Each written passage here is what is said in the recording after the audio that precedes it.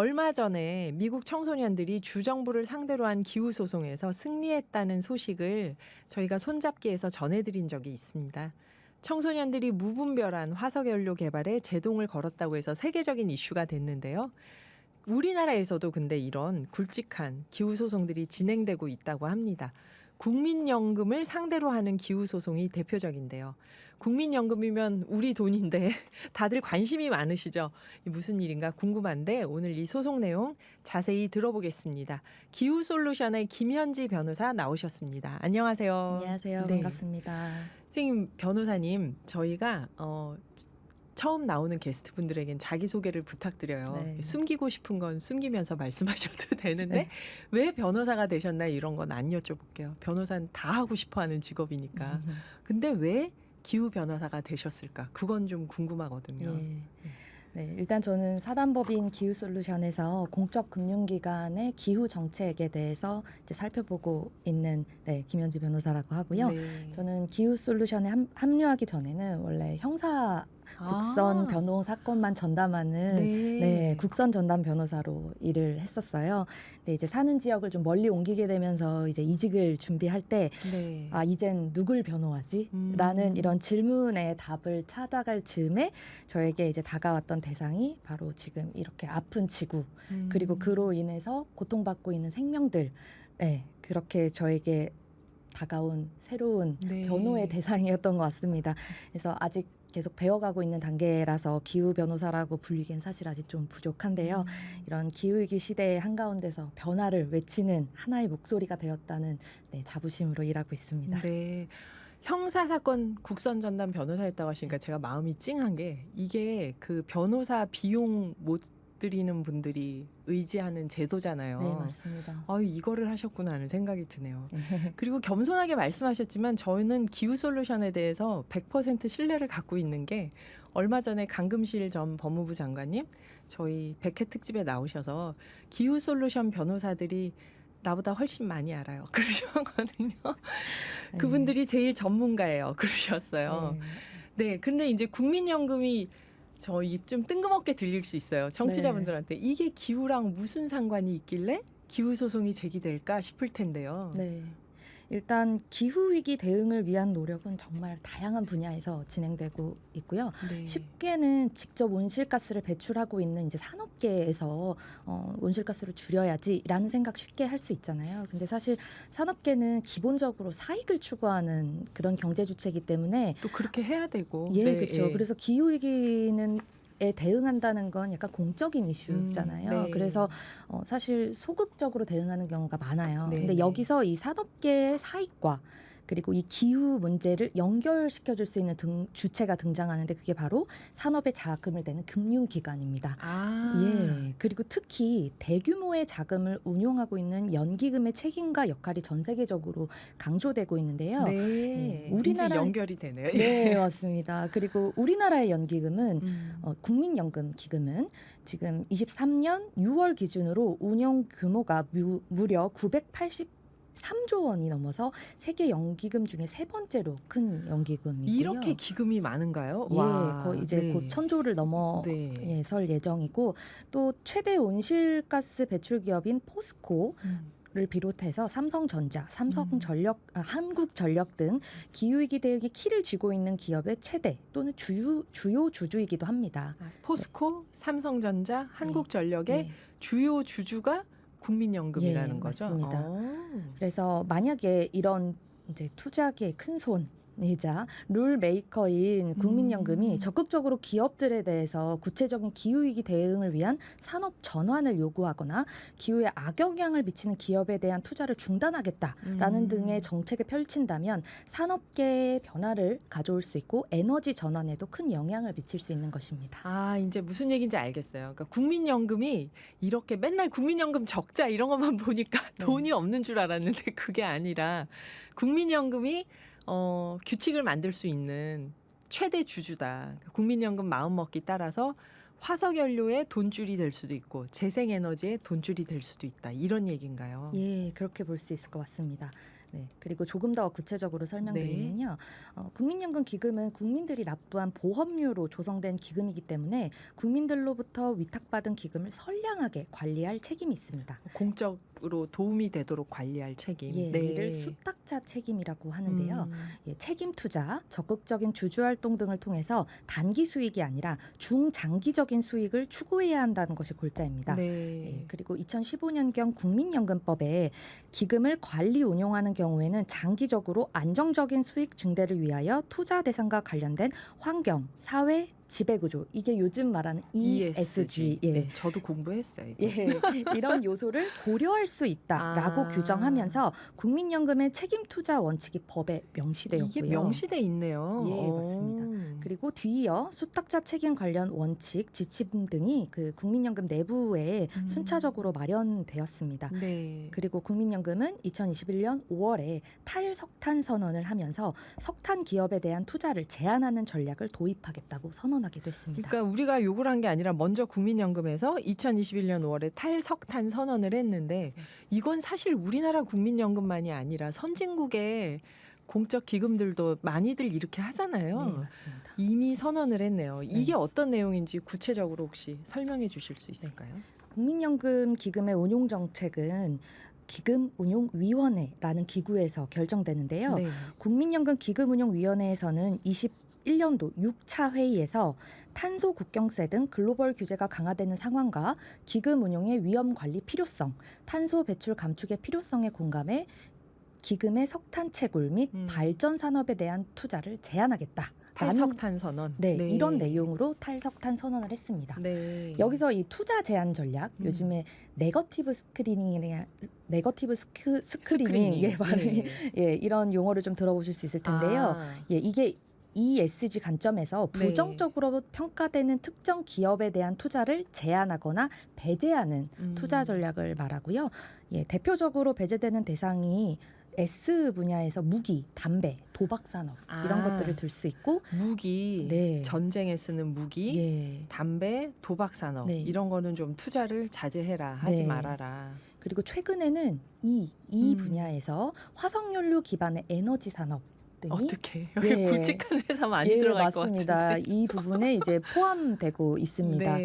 그래서 투자 기간에 이러한 전략이 도입되게 되면 투자에 부적합한 기업으로 분류되는 기업에 대해서는 신규 투자를 하지 않거나 기존 투자를 철회하게 되기 때문에 시장에 큰 파급력을 줄 수 있습니다. 근데 국민연금 기금은 아까 뭐 1,000조 가까이 되니까 최대 주주니까 시장에 영향을 크게 미칠 수 있다고 보시는 거죠. 예.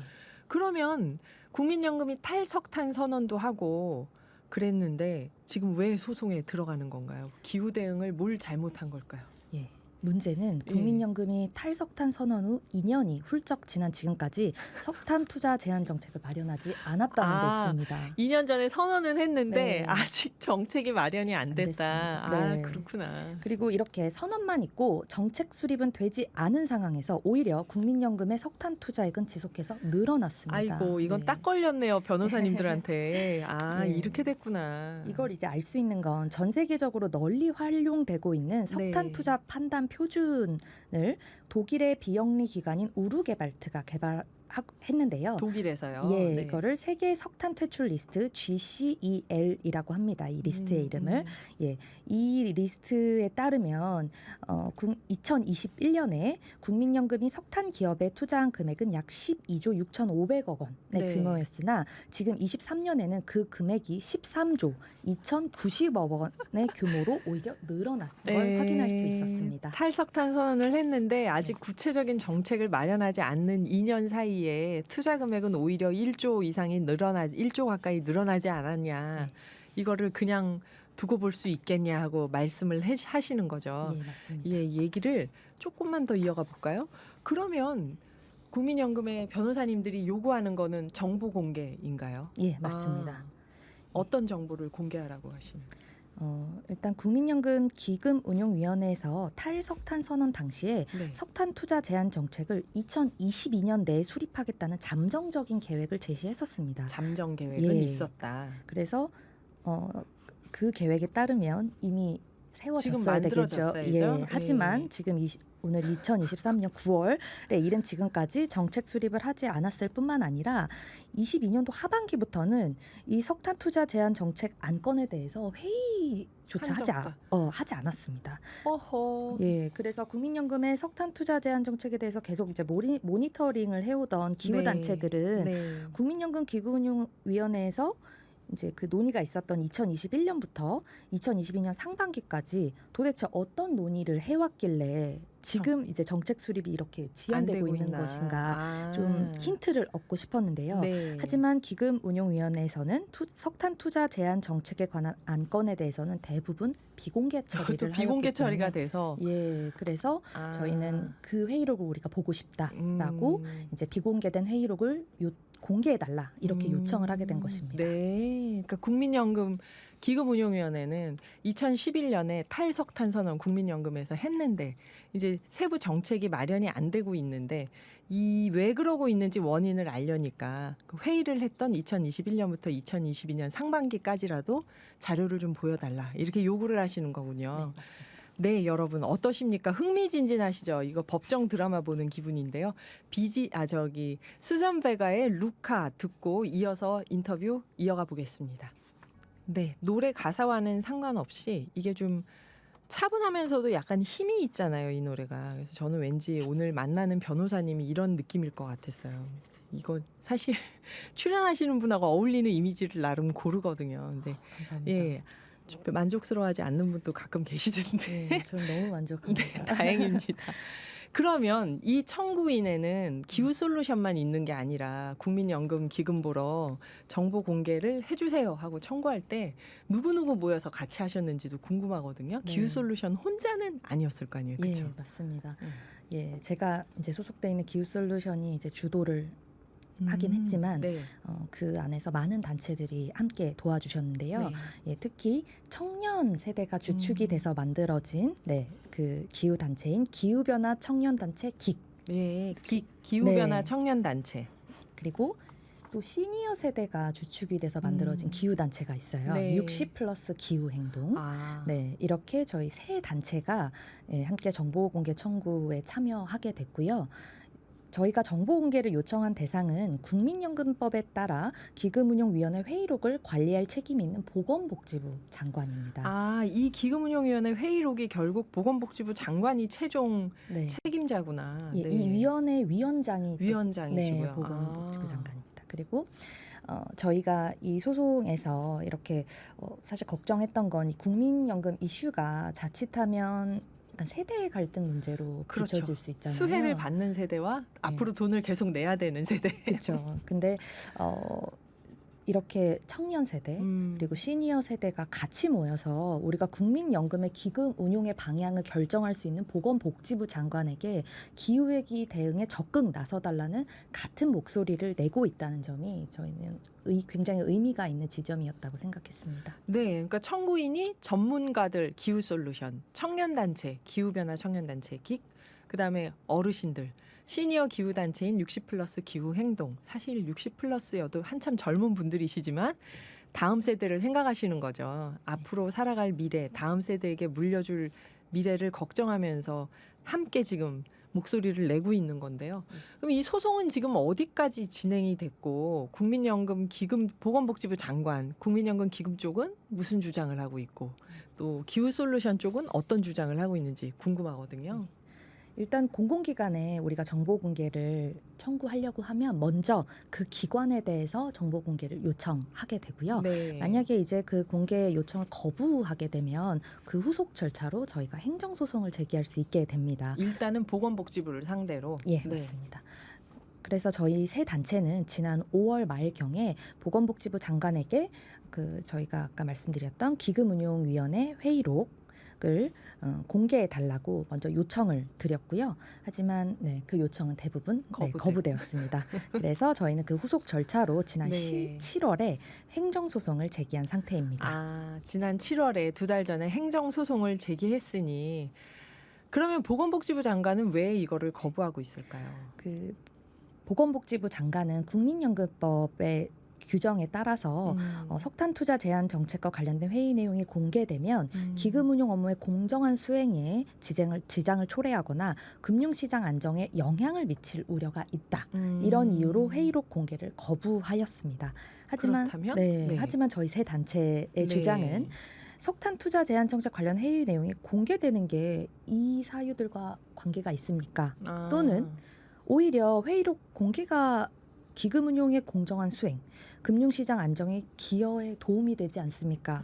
그리고 나아가서 정책 감시자인 국민으로서의 알 권리를 보장하는 길이 아니겠습니까? 이렇게 주장하고 있습니다. 금융시장 관계자분들도 이 회의록 되게 보고 싶어 할 것 같아요. 네. 지금 은근히 이 회의록이 어떻게 됐는지 궁금해하는 분들이 여기저기 많을 것 같다는 생각이 드네요. 네. 이 소송을 통해서 그러면 우리는 결국 회의록을 공개하게 되면 좋겠지만 이게 아니라 해도 또 어떤 이 소송을 통해서 기대하는 효과가 있을 것 같은데요. 네, 맞습니다. 최근 기후 위기가 정말 눈에 띄게 심각해지고 있죠. 네. 그리고 우리는 그런 시대를 어쩌면 견뎌내고 있다고 볼 수 있을 것 같아요. 네. 그런 국민으로서 국민연금공단 그리고 보건복지부 장관에게 그 기금의 규모와 공적 지위에 걸맞게 기후 위기에 적극적으로 나서달라 그렇게 바라는 마음을 전달드리고 싶고 그 정말 작은 시작으로 이 석탄 투자 제한 정책 수립 과정이 투명하게 먼저 공개되기를 바라고 있다. 이런 메시지를 이 소송을 통해서 전달하고 싶습니다. 네, 책임감 있게 기후 위기에 대응해 달라. 그 출발점으로 탈석탄 선언한 것부터 지금 어떻게 되고 있는지 보자 이 얘기시잖아요. 맞습니다. 네, 이게 소송이 이기면 효과가 대단할 것 같은데요.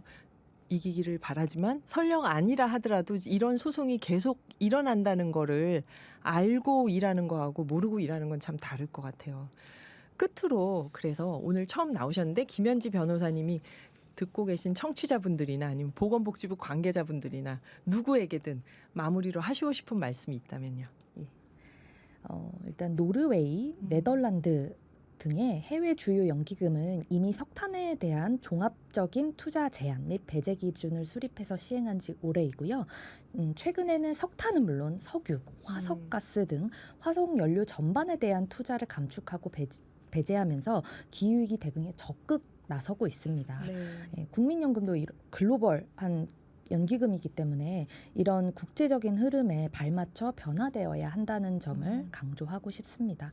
그리고 국민연금이 사실 대표적인 좌초자산인 석탄에 지속해서 투자하는 것은 재무적인 관점과 국민연금의 사회적 책임 측면에서 굉장히 옳지 않은 투자이기 때문에 국민연금의 주인인 국민들이 지속적으로 감시하고 또 옳은 방향에 대한 목소리를 내야 할 필요성도 크다는 점, 이 점 말씀드리고 싶었습니다. 네, 오늘 어떠셨나요? 들으시면서 정말 흥미진진한 법정 드라마인데 우리 삶과 이렇게 밀접한 얘기가 지금 진행되고 있구나 싶었습니다. 감사합니다, 선생님.